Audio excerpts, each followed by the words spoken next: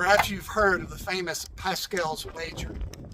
Pascal was a 17th century French philosopher, theologian, and mathematician who said that all people essentially engage in a life-defining gamble regarding their belief in the existence of God.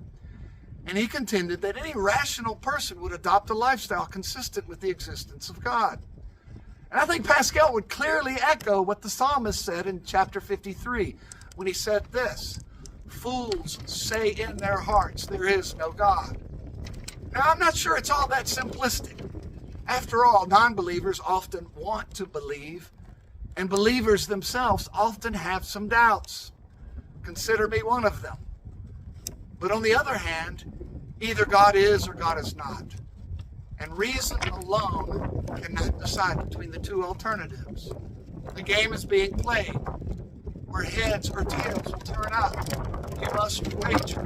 It's not optional.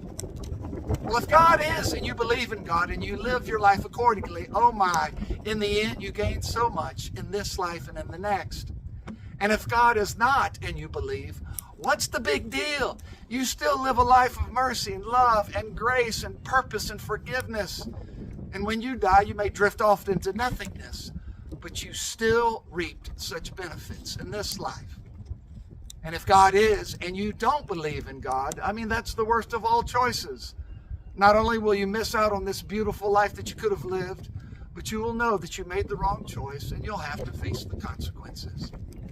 And if God is not and you don't believe, you miss out on all the advantages of living life as if God exists. And when you die, you just cease to exist. Well, I admit, I don't particularly like so-called horse trading with God when it comes to faith and salvation. I don't care to make a decision based so much on some cost-benefit analysis. But when I look at all the factors and I study the evidence and I search my own heart, choosing to believe is the easiest decision I've ever had to make.